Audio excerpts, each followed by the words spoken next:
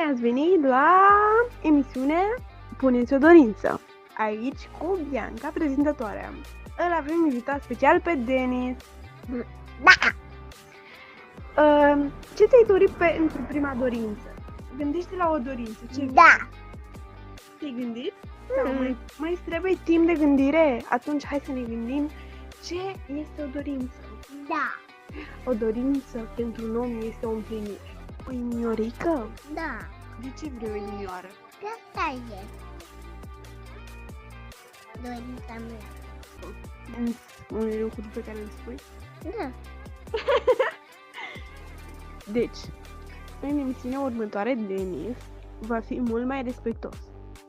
Urmați exemple date de acest copil și fiți cât mai realiști pentru a vă îndeplini dorințele.